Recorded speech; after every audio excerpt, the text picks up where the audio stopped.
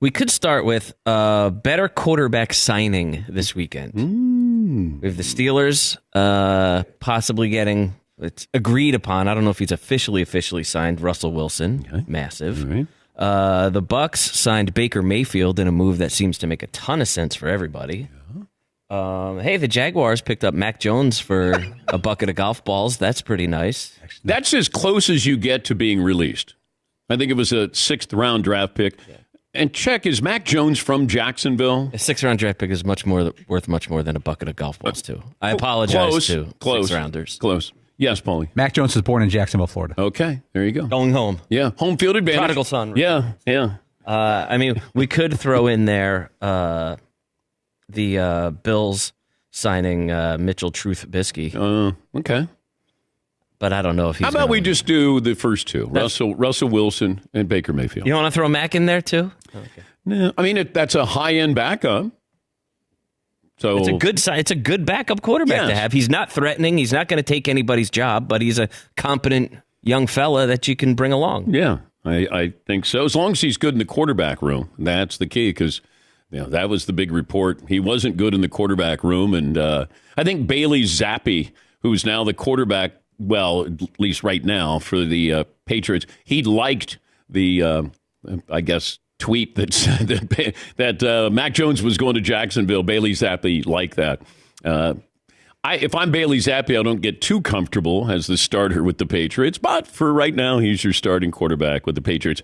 They basically, Gerard Mayo, the Patriots' new head coach, said, "How do I get rid of any remnants of Bill Belichick's team?" I think he did a pretty good job so far. But now you got to go out and get a little star power there. Also, Russell Wilson going to the Steelers. I talked about this late last week where I thought that was the place where he could go and start, and he would play for a year under Mike Tomlin, where you're guaranteed the team is going to have a winning record. You do have some skilled position players, potentially a couple of knuckleheads there. But, you do have a talented team, and you got a good defense there. You're in a tough division. And I think Russ is a big upgrade there. I don't think he was going to Pittsburgh unless they guaranteed that he would be the starter. And to play under Mike Tomlin, you're going to be 9-8. You start the season, you're going to be 9-8 with Mike Tomlin. It just happens. He guarantees a winning record. Now can Russ give you 2 wins, maybe 3 wins, because you're in a very tough division. And yes, the Steelers do play the Denver Broncos this upcoming season. So that's the poll question we'll start out with. Albert Breer will fill in some of the details here with these contracts, situations. And if you're Russ, you're a bargain. It didn't cost Pittsburgh money, $1.2 million. No draft picks here. That's a great signing and a major upgrade there. And if I look at his numbers last year with Denver, and I look at the starting quarterbacks, the 2 previous seasons in Pittsburgh, their touchdown pass totals, Russ had a better year last year than the Pittsburgh quarterbacks did the 2 previous years combined. It's a major upgrade. All they're asking you to do is score 21 points. That's it. I think if you check in the losses that Pittsburgh had, maybe in 5 or 6 of them, they scored 13 points or less. You score 21 with that defense, you're going to probably win a couple more games there. Now you're going to be competing for a divisional title, and this is where Russ, it's almost like that Baker Mayfield situation, kind of a make or break, but Baker is a lot younger. I think he's 5 or 6 years younger. This is Russ's last go-round. You got to play well, and then maybe you get a team that will give you a 2 or 3 year deal. Or maybe he stays in Pittsburgh. I was told don't be surprised if Pittsburgh still drafts a quarterback. At where or what point in the draft, I don't know that. This person didn't know that. But the fact that Russ was visiting the Giants, the Raiders were interested. And I think there was a lot of talk when Russ was released, like, oh, nobody's going to pick him up. And I'm thinking, well, why would you say nobody's going to pick him up? He's free. I get a free quarterback, maybe a Hall of Fame quarterback in waiting at age 35 with a chip on his shoulder, and it's basically a tryout. I'm thinking, you can't lose here. And Mike Tomlin, he's going to tell Russ, hey, you're not cooking. We're all in the kitchen together here, Russ. Because there may be days where you're just getting groceries for us. There may be days when we ask you to win a game for us. But you do have a quarterback who's been in that situation before. You get a defense, you get a run-first team, and he had that in Seattle, and we know how that went. Yes, Eaton? I wonder how many more years Russell Wilson wants to play. Well, I know how many he probably wants to play, but he's well past his prime at 35. Yes. He's hitting that window of this contract, maybe one more. But it's going to be a series of 1 to 2 year deals from now on. It's not going to be anything more than that. Probably so. But I think as a starter, this will determine if he's a starter another year. There's a big year for him. If he gets benched and, they have, Kenny comes back in there and he's the starter, then Russ has probably got a life of Mitchell Trubisky where you're going to be a backup quarterback. Or you're going to be the seasoned veteran there with a young quarterback.